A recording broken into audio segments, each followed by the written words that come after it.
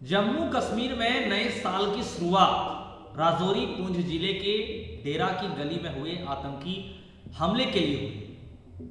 साल शुरू ही हुआ था और कुछ ही दिन में यह मामला देखने को मिला और इस हमले में 4 सैनिक मारे गए। सुरक्षा बलों ने इसको लेकर 3 नागरिकों को मारा और ऐसा आरोप भी लगाया कि जम्मू कश्मीर के पुलिस महानिदेशक ने साल के खत्म होने पर अपनी मीडिया ब्रीफिंग में मारे गए आतंकवादियों की संख्या और केंद्र शासित प्रदेश यानी यूनियन टेरिटरी में चीजें कैसे काम कर रही हैं इस पर बात की। नमस्कार, मैं उमेश कुमार झा और आज की इस वीडियो में मैं बात कर रहा हूं जम्मू कश्मीर में आतंकवाद को लेकर, जिसके बारे में आमतौर पर यह कहा जाता है, देखा जाता है, पढ़ा जाता है कि आतंकवाद जम्मू कश्मीर में पूरी तरह से खत्म हो गया। पर जम्मू कश्मीर में आतंकवाद की पूरी तरह से खत्म करने की बात एक भ्रम की तरह है। ये मैं कैसे और क्यों बोल रहा हूं, इस बात को समझने के लिए आप इस वीडियो को अंत तक देखिए। दरअसल हाल ही में जम्मू कश्मीर पर आई एक रिपोर्ट में 2023 में अर्धसैनिक बल द्वारा मारे गए आतंकवादियों की संख्या से जुड़ी बारीकियां बताई गई थी, जिसमें आतंकवादियों की मौत के आंकड़े पिछले साल की तुलना में कम थे और ये एक चिंता का विषय था। इसकी अगर सभी संभावनाओं में देखें तो आतंकवादी कैडरों को खत्म करने की बात भी कही गई थी। हालांकि फिर भी इसे कम आतंकी संख्या को देखते हुए मुख्य वजह नहीं माना जाना चाहिए। राजौरी पुंछ जिलों में विद्रोह का पुराना इतिहास है और वर्तमान में हत्याओं के नंबर इस तर्क का सच भी बताते हैं। जितनी संख्या में ये आंकड़े आए हैं, जो मामले आए हैं, इस आंकड़ा इस बात को बयां करता है।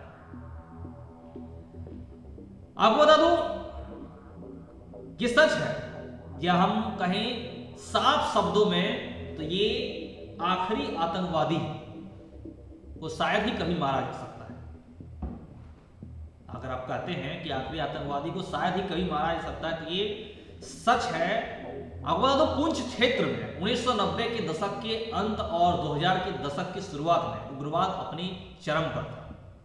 सेना की मेहनत और बलिदान के कारण स्थिति बेहतर हुई और 2011-12 तक यह क्षेत्र आतंक मुक्त घोषित होने की स्थिति में था।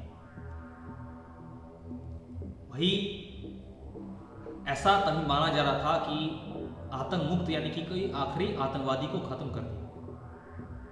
इस क्षेत्र में आपको बता दूं, आखिरी आतंकवादी शायद ही कभी मारा गया।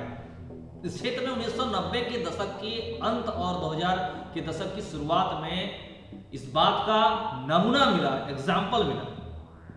सेना की मेहनत और बलिदान के कारण स्थिति कई बार बेहतर हुई, लेकिन कई बार फिर खराब भी देखी गई, यानी कि आतंकवाद देखने को फिर भी मिला। आपको बता दूं 2011-12 तक यह क्षेत्र आतंक मुक्त घोषित होने के बाद भी उसके बाद कई ऐसे हुए जहां पे संगीन से संगीन आतंकवादी अपराध देखने को मिले। यानी कि ये बिल्कुल साफ है कि राज्य मशीनरी फायदों को आगे बढ़ाने में सफल नहीं रहे और वर्तमान में यह क्षेत्र एक बार फिर नीचे गिरता दिख रहा है। पीछे देखने पर यह अंदाजा लगाया जा सकता है कि स्थिति के फिर से उभरने की मुख्य विशेषताओं में से एक आतंकवाद विरोधी दृष्टिकोण को गलत फोकस है।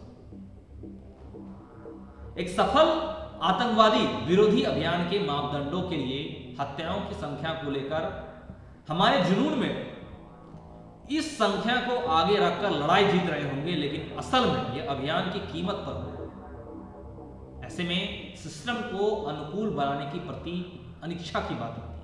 क्या है यह सिस्टम को अनुकूल बनाने के प्रति अनिच्छा? क्यों?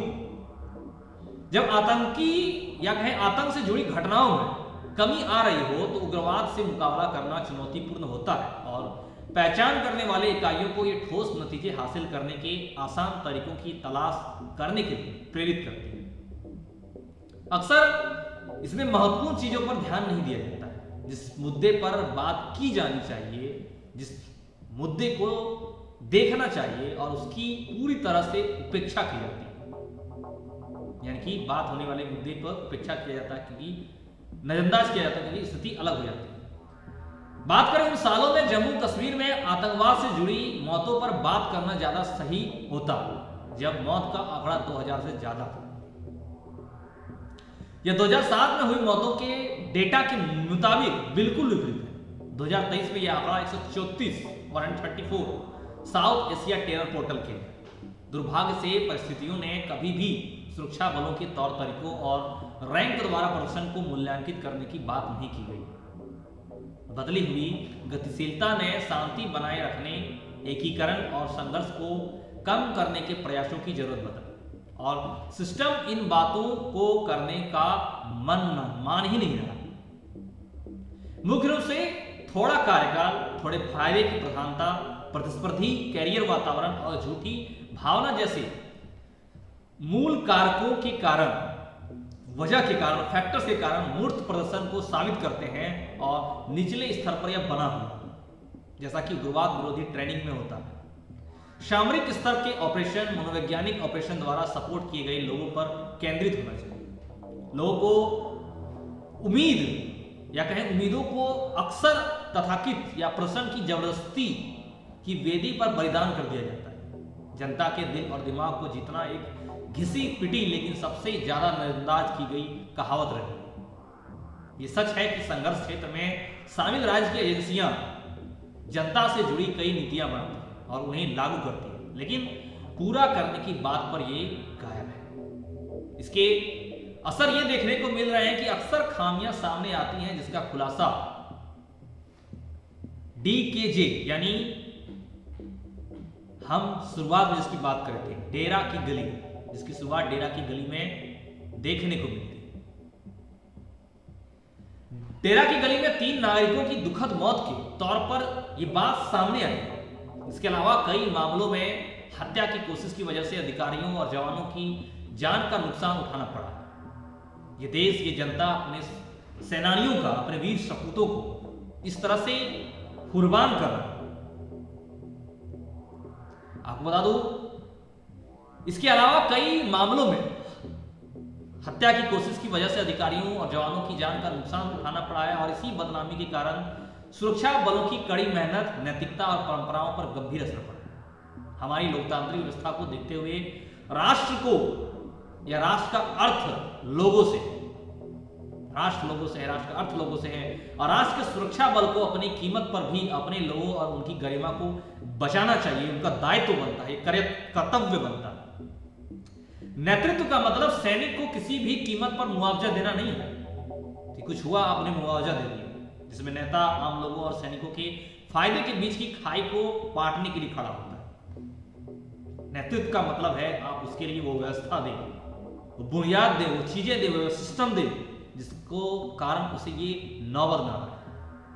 आदर्श स्थिति यह है कि लोगों और सैनिकों की जरूरत के बीच कोई विरोध नहीं होना चाहिए, जिन्हें आदेश दिया जाना चाहिए।